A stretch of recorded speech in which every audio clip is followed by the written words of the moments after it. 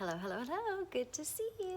You get fairy dust. I get fairy dust. Little Amelie gets fairy dust. And it's time for another episode of Codependent No More, Melody Beatty. We are talking about detachment, and we're on page 60. So let's just jump right in.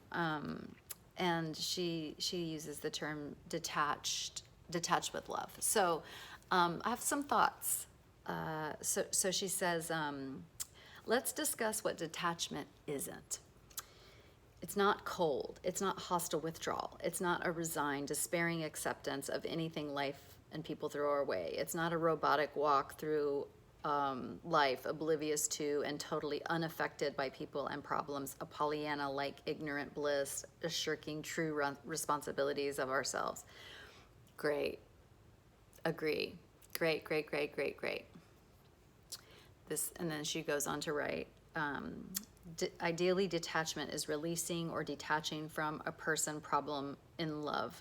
We mentally, emotionally, and sometimes physically disengage ourselves from unhealthy and frequently painful entanglements with other person's lives and responsibilities. Okay, so you're here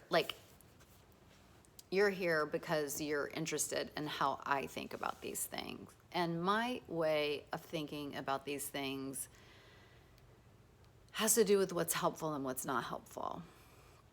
And I am about to stop using the word detachment. We're not going to stop reading, but I don't find that term helpful. And what I have noticed, it's not helpful with my clients. Now, the thing that she describes it as, absolutely, that's exactly what we need to do. That's exactly what we're not going to be robotic. We're not going to be like cold and distant.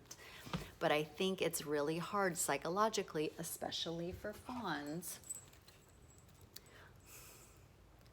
I sat on him. He broke his little leg. Poor thing. He's just trying to be supportive to me.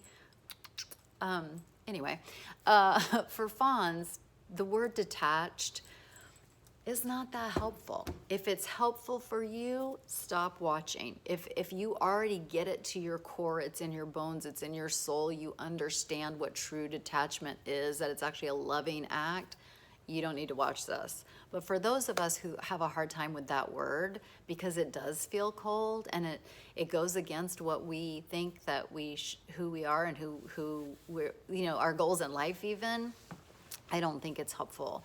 So I'd prefer, what the word that has helped me is unhook. So I think of codependency as an addiction. Is it in the DSM-5? No. But for me, it's helpful to think of it as an addiction.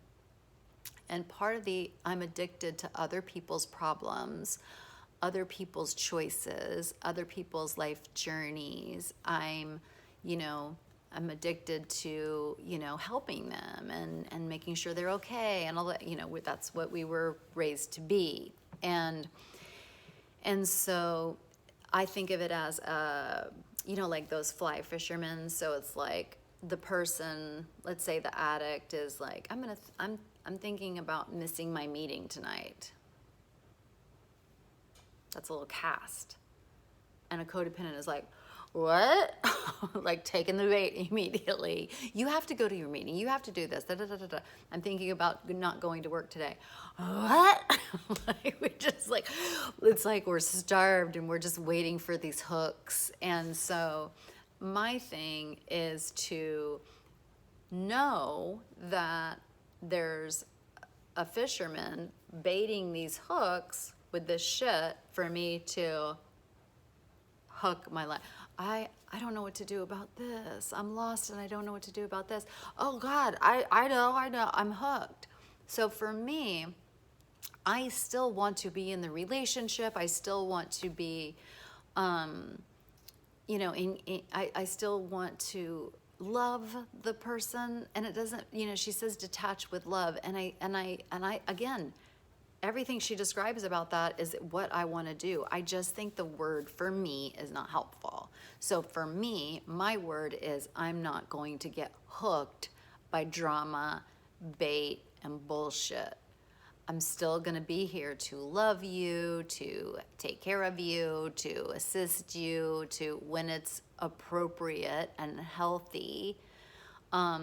So my concentration is on not getting hooked and studying what I am getting hooked by, and starting. And so what I have to so the thing that I have to do if I choose to get unhooked is I have to have tools and support in order to not take the bait, because I'm addicted to the bait. I'm addicted to the bait. So everything in this chapter is accurate and how I want to live, but we have to figure out how to stay unhooked. Detachment is based on the premise that each person is responsible for himself, and we can't solve problems that aren't all ours to solve, and worrying doesn't help. See, I don't find that. I know that when I read this book the first 100 times, I was like, right, next, yeah. It's, what's so crazy is bonds that are really good, we can solve other people's problems. And we're good at it and we can figure it out. But, and so thinking that we're not going to do that, it feels guilty and wrong and uncomfortable. And why would we want to do that? Because we associate taking the bait with love. And so that's why it's like, oh, I don't want to take the bait anymore. I mean, because we have solved people's problems. Like if a person was struggling in, I don't know, let's say homework, and then we did all their homework for them. That did solve a problem, but it didn't actually help them learn, and it didn't actually help them learn how to do homework, and it didn't actually help them to figure out how they click so that they can do their homework. The problem was never the homework. The problem was, how does a child learn? And so, and we stole that problem from the child by doing the homework. So we're fucked up about what the problems actually are. For instance, if we think an alcoholic shouldn't drink, the problem isn't the alcohol. You're focused on the alcohol. The problem is they're in pain. They're dousing the pain with alcohol, and you're trying to take their anesthetic away. Taking the bottle isn't the problem. Their sacred wound, their existential pain is the problem. How are you going to solve that? So I think part of what we have to do is we have to get really clear about the problems that we're solving, and if we are actually helping, because we can solve problems, but we may not be helping at all. We're actually hurting. So again, if I took alcohol away from an active alcoholic or somebody who loves to drink every day, or whatever you want to call it, if you don't like the word alcoholic, which most people don't, #denial, they're in pain. People don't drink, they don't anesthetize themselves if they're happy and free.